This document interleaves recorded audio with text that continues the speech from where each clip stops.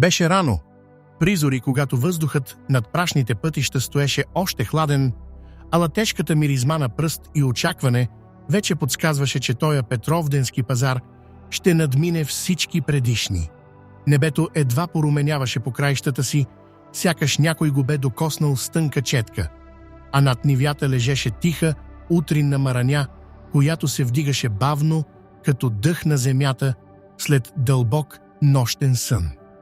Росата трептеше по тревите като ситни бисери, а щурците един по един млъкваха, отстъпвайки място на първите птичи песни, що се лееха чисти и звънливи над полето. Още преди слънцето да позлати върховете на дърветата, каруците вече скърцаха по коловозите, натоварени с всички дарове на земята и с тежестта на човешкия труд. От тях се носеше мирис на сено, на зърно, на сушени плодове и на прясно одрани кожи, смесен с топлия дъх на добитъка и с праха, който лениво се вдигаше от железните обръчи на колелата. Жените, загърнати в шарени забрадки, седяха върху чувалите и придържаха децата до себе си, а мъжете крачеха редом с воловете, подканяйки ги с тихи думи, в които се усещаше и умора, и надежда. Пътят живееше.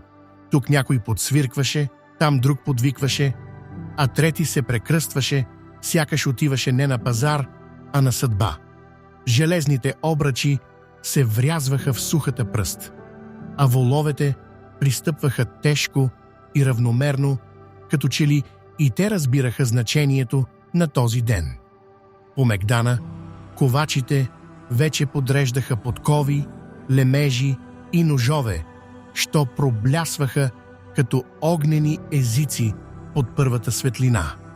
Звънът на желязото се разливаше като камбана и се смесваше с гласовете на търговците. Грънчарите пък вадеха от сламата своите стомни и паници, украсени с шарки, що носеха спомена за стари майстори и тайни занаяти. От някъде се прокрадваше мирис на прясно изпечен хляб, топъл и наситен, който караше и най-сития да преглътне. Тогава се появи хитър Петър, последен, както му беше обичаят. Водеше своя пуяк спокойно, без да бърза, сякаш не отиваше да продава, а да се поразходи. Птицата наду гуша, разпери опашка като царско ветрило и проблесна в зеленикави и медни отблясъци. Хората се обръщаха, но хитър Петър само поздравяваше селяните и им пожелаваше берекетен пазар. Той знаеше, че на пазар думата тежи повече, когато не се изрича прибързано. Хитър Петър си намери място до Ганчо. Ганчо птичаря му викаха. Хората го знаеха, защото само той намираше редки птички, които веселят и душата и сърцето. Днес Ганчо птичаря беше донесъл славейче, малко, но дивно създание, затворено в изящен кафес от лескови пръчки, украсен с маниста и копринени конци.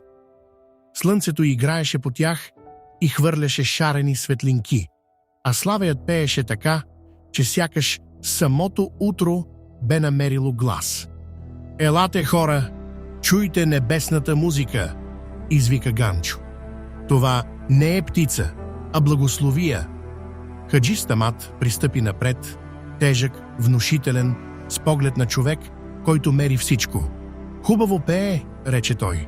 «Ала кажи ми, Ганчо, какво храни?» «Храни душата, хаджи», отвърна птичаря, като повдигна клетката. «Това не е за стомаха, а за сърцето. Сърцето не се вари в котел», измърмори хаджията. «Ала без него и хлябът е сух», не отстъпи Ганчо. Наоколо селяните зашепнаха. «Я гледай го, хитър Петър, пак ще обърне работата». Песента е хубава, ама гладът е по-силен. Душа без хляб не живее, ама и хляб без душа не струва.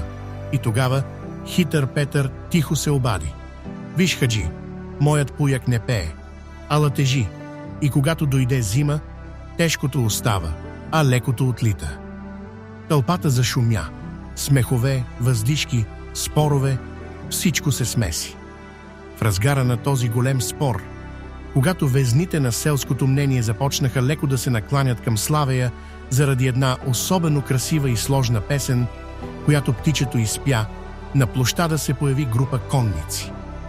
Това бяха пратеници на местния паша, които пътуваха от ранни зори без нито една почивка.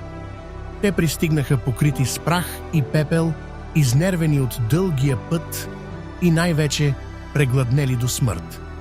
Водачът им, едър мъж с дълбок белек на бузата и тежка сабя на кръста, слезе от коня си с трясък и се разбута грубо през насъбралата се тълпа. Той дори не погледна към изящния кафес, не чу и нотка от песента, която развълнува ергените. Очите му, зачервени от умора, паднаха веднага върху огромната, охранена птица на хитър Петър. «Колко?» попита той кратко, без да загуби време в излишни приказки. 5 жълтици за пуяка, байно, каза хитър Петър и добави. 5 жълтици са съвсем справедлива цена за такава птица. Войникът не се пазари. Той бръкна в пазвата си, извади една кожена кесия, подхвърли 5 златни монети, които извъняха тежко върху масичката на Петър, грабна пуяка за врата и го преметна през седлото на коня си. За този изгладнял човек пуякът не остана нито мълчаливо злато, нито символ на хитрост. Той послужи просто за оцеляване. В този момент всички дълги приказки за душата и тялото, за музиката и хляба, придобиха съвсем реален, осезаем смисъл. Тълпата изведнъж замлъкна. Хората гледаха как конниците се отдалечиха, отнасяйки със себе си мъдреца на хитър Петър. Когато прахът от копитата на конете олегна и шумът от заминаващите заглъхна, Петър започна бавно да прибира нещата си. Ганчо птичаря стоя неподвижно, все още държеше кафеза с славейчето си, което продължаваше да пее с все същата страст, но купувачи около него вече не останаха. Слънцето започна да се скрива зад хълмовете, сенките се удължиха и пазарът постепенно опустя. Хитър Петър се обърна към хората. Не е силен онзи, който вика, а онзи, който знае кога да замълчи. И не е скъпо онова, що радва окото, а онова, що спасява живота. После се приближи до Ганчо. Не ти е грешка песента, приятелю, каза тихо. Грешката е, че я даваш там, дето хората търсят хляб. Ганчо въздъхна. Твоето храни тялото, Петре, моето душата. И двете трябват, отвърна хитър Петър. Ала човек първо гледа да оживее. Пазарът бавно се разпусна. Слънцето залезе. Сенките се протегнаха. А вечерта, когато всичко утихна, старците рекоха: светът не е нито песен, нито хляб. Светът е мярката между тях. И думите им останаха да висят в тъмното. Хитър Петър тръгна към дома си с лека стъпка, подхвърляйки жълтиците. Той знаеше, че утре историята за златния пуяк ще се разнесе по всички села. Следващата година ще има стотици пуяци, ала само неговият ще остане в легендите. Защото не птицата направи търговията, а бистрият ум и точната дума. А някъде Славеят още пееше. Не за злато, не за пазар, а защото такава му беше природата. И тъй остана тая история. Не като спор за птици, а като урок за човека. Че не всичко, що звучи красиво, е полезно. И не всичко, що тежи, е ценно. И който разбере това на време, рядко си тръгва от пазара с празни ръце.